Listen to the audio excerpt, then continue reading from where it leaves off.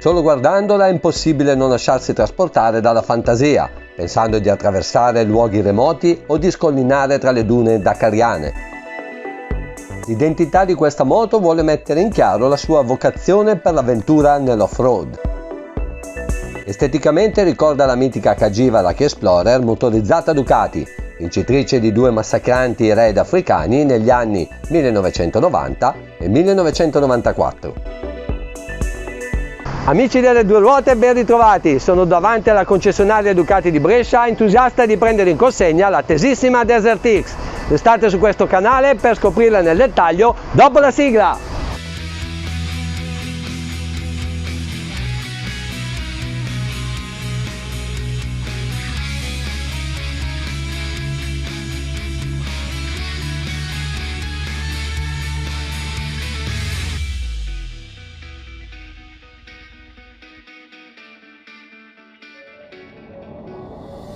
Trovandomi in città decido di percorrere qualche via del centro. La mia prima impressione è quella di avere tra le mani una moto particolarmente trattabile. Con la mappa Touring l'erogazione è pastosa e lineare. Il motore permette di gestire senza problemi regimi di rotazione molto bassi. Il bicilindrico AV in questo frangente mi sorprende positivamente. La frizione è morbidissima, ma non troppo modulabile nello stacco come nel rilascio. In compenso, però, le cambiate sono precise, prive di resistenza e possono essere fatte in rapida successione. La maneggevolezza è veramente ottima. Nonostante il baricentro sia piuttosto alto, l'ottima distribuzione dei pesi rende questa motocicletta facile nell'utilizzo. Nelle manovre a bassa velocità eseguite nelle curve a stretto raggio si trova subito l'equilibrio. Il comfort è piuttosto buono nonostante la sella non sia troppo morbida. Il reparto sospensioni digerisce in maniera sorprendente ogni tipo di imperfezione del manto stradale. Considerando che la temperatura odierna sfiora i 32 gradi, il calore proveniente dal sottosella non infastidisce una volta raggiunta la velocità minima di 40 km/h. Se voglio scoprire le vere potenzialità di questa Desert X, è il momento di raggiungere una serie di tracciati scelti per l'occasione. Il primo la mette alla prova in una serie interminabile di tornanti. Considerando la ruota da 21 pollici e i pneumatici votati anche per un utilizzo off-road, sulle prime rimango restio nel volerla fare scendere troppo in piega. Curva dopo curva ritardo la frenata e raggiungo la massima inclinazione con estrema naturalezza. La solidità della ciclistica mi conquista per la precisione offerta da un avantreno granitico.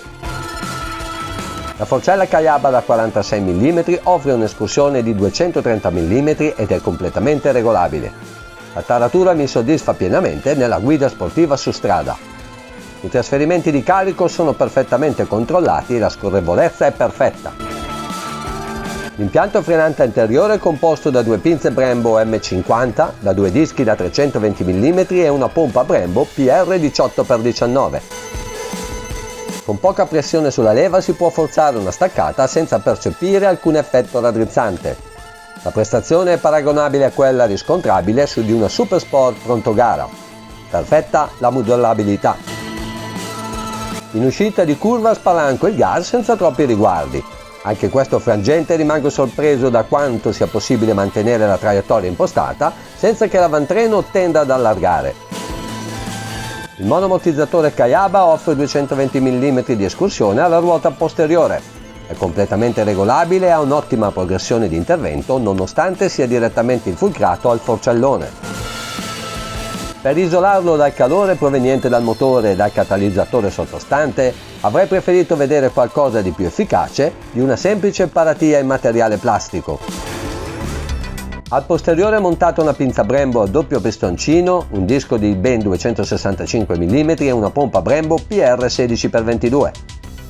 La potenza frenante è molta e la modulabilità di azionamento è perfetta. Il motore sembra avere una cavalleria maggiore dei suoi 110 dichiarati. La coppia di 92 Nm è ben distribuita su tutto l'arco di erogazione. All'apertura del gas dal tutto chiuso la risposta del propulsore è piacevolmente reattiva e senza il fastidioso effetto on-off. Non avverto vuoti di potenza fino al regime massimo di rotazione. Il sound dell'aspirazione diventa coinvolgente al di sopra dei 5500 giri minuto. La rapportatura è quella giusta se si considera la destinazione d'uso per la quale è stata progettata questa motocicletta. Al di sopra dei 6500 giri le vibrazioni si avvertono in maniera trascurabile al manubrio e sulla sella. Nelle lunghe percorrenze non creano fastidi. Anche se apparentemente il cupolino sembra poca cosa, in realtà la sua protezione è buona fino al raggiungimento dei 120 km/h. Anche i paramani offrono una discreta protezione e sono resistenti agli urti. Per un utilizzo stradale si ha a disposizione 4 Raiden Mode. Selezionando Sport o Touring si ottiene piena potenza del motore ma con una diversa erogazione. Anche i sistemi elettronici intervengono con una sensibilità differenziata. Con la mappa Urban o Weight la potenza si riduce a 95 cavalli. L'erogazione rimane la stessa mentre l'elettronica si modifica ulteriormente. Indifferentemente dalla mappa scelta, tutti i sistemi di controllo per la sicurezza possono essere ampiamente personalizzati su questa moto ipertecnologica. Anche affrontando un percorso particolarmente dissestato, non mi trovo costretto a un cambio di ritmo. Il senso di sicurezza che questa ciclistica trasmette mi convince a cercare un suo limite senza trovarlo. Gli pneumatici Pirelli Scorpion Rally STR montati come primo equipaggiamento mi sorprendono. Il loro comportamento rimane impeccabile dove l'asfalto presenta solchi, sporco e tratti umidi. L'elettronica sembra non voler togliere nulla alle prestazioni del motore. Di fatto, il perfetto equilibrio dinamico complessivo non richiede spesso il suo intervento. Pur continuando a mantenere un ritmo allegro, non percepisco cali di livello.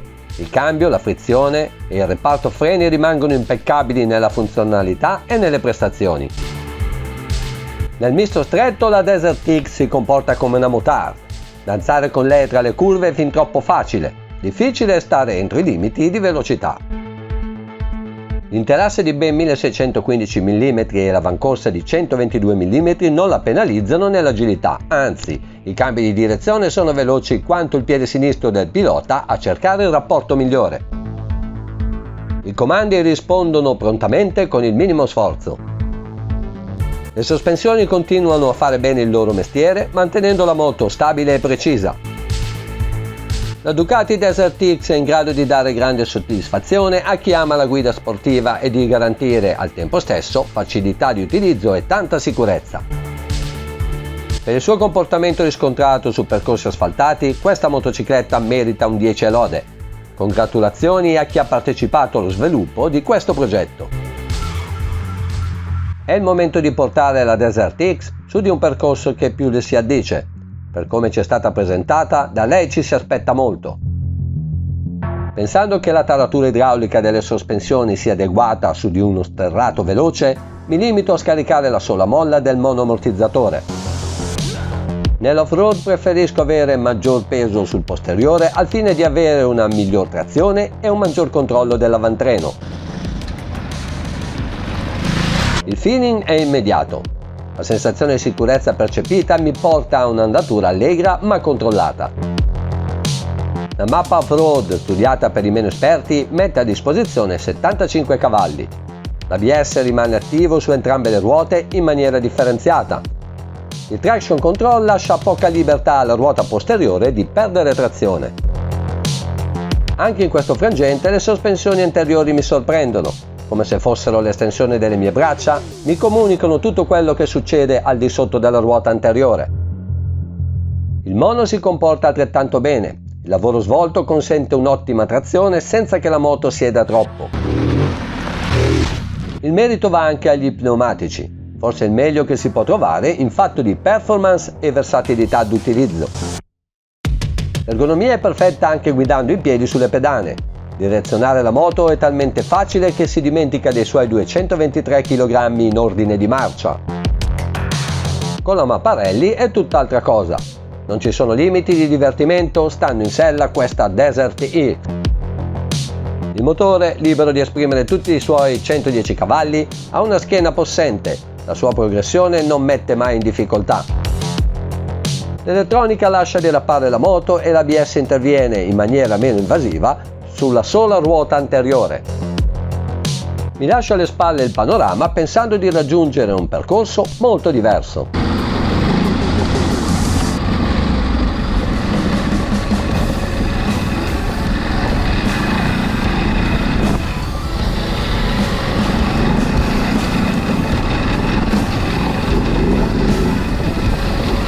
Con una moto di questo peso forse non ha senso avventurarsi su di un tracciato di questo tipo. La mia curiosità nel scoprire fin dove un pilota inesperto può spingersi in sella a questa Desert X mi porta a fare questo tentativo. Differentemente da altri tipi di tracciati più veloci, qui avrò bisogno di un avantreno più copioso e della massima trazione. La mappa che ritengo più idonea è quella dedicata all'off-road. Dopo pochi metri capisco che per affrontare questo percorso, evitando di saltare sulle pietre e perdendo trazione, dovrei apportare una diversa taratura alle sospensioni. Pensando che a qualcuno di voi possa interessare, spiego nella pratica quali interventi farei per questa occasione. Prima di apportare qualsiasi modifica alle sospensioni, vi consiglio di segnare su di un foglio ciò che andate a modificare. In ogni momento sarete così in grado di ripristinare le regolazioni di base senza consultare necessariamente il manuale di uso e manutenzione. Il primo intervento che farei per avere il massimo in trazione sarebbe quello di scaricare completamente il monoammortizzatore, operazione che si esegue tramite il sistema remoto posto sul lato destro e al di sotto della sella conducente. Per raggiungere il registro in compressione bisogna munirsi di un cacciavite a taglio di piccole dimensioni ma lungo sufficientemente. Frenerei la compressione ruotando il registro in direzione antiorario di 1,5 giri. Al contrario, per regolare il registro in estensione bisogna usare un cacciavite a taglio piuttosto corto. Ruotando sempre in senso antiorario, sfrenerei l'estensione di 3/4 di giro. Per avere un avantreno più controllabile, anche la forcella necessita di essere ammorbidita nel precarico molla e sfrenata nell'idraulica. Si può scaricare la molla con una chiave inglese tradizionale. Fate girare il registro di precarico in senso antiorario per 1,5 giri. Questo tipo di regolazione va eseguita nella stessa misura su entrambi i foderi. Al di sopra del registro di precarico molla del fodero sinistro c'è la vite di regolazione in compressione. Per copiare meglio le grosse asperità, sfrenerei il registro in senso antiorario di 1,5 giri. Il registro per la regolazione dell'estensione si trova sul fodero di destra. Perché l'avantreno risulti più leggero e controllabile, sfrenerei il registro in senso antiorario per 3/4 di giro. Questo intervento dovrebbe essere sufficiente al fine di consentire alla Desert X di superare più agevolmente percorsi dal fondo particolarmente irregolare e scivoloso. Consiglio di ripristinare i valori iniziali una volta tornati su di un percorso più convenzionale. Questa motocicletta mi ha entusiasmato su ogni tipo di terreno. Grazie a un'elettronica sofisticata e un compartimento sospensioni di qualità, in sella a questa Ducati è possibile raggiungere una performance di altissimo livello potendola personalizzare completamente. La Desert X continua a piacermi viaggiando anche in due. La ciclistica consente di ospitare un passeggero a bordo senza limitare al pilota il piacere di una guida dinamica. La sella lineare è lunga sufficientemente per poter trovare il proprio spazio a bordo senza infastidirsi reciprocamente.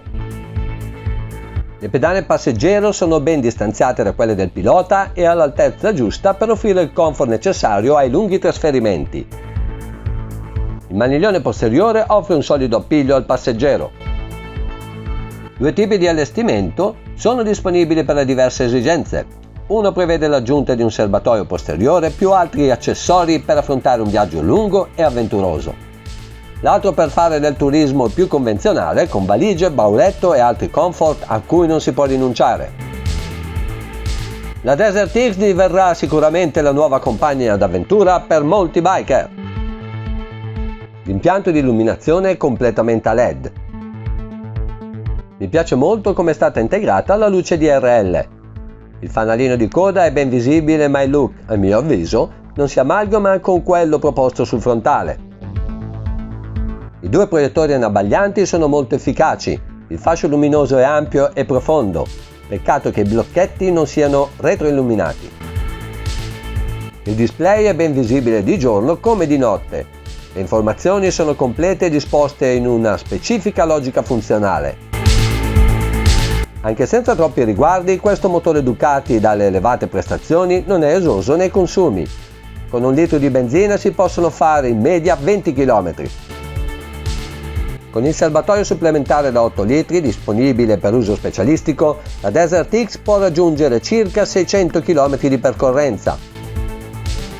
Ogni altro dettaglio tecnico lo potete trovare sulla pagina Instagram lucy.crazyrideritalia. Bene ragazzi, vorrei concludere la prova dicendo che in sella a questa Desert X il divertimento è assicurato indipendentemente dal tracciato che sceglierete. Lasciate un vostro commento e iscrivetevi al canale per non perdere il prossimo appuntamento con Crazy Rider Italia. Ciao!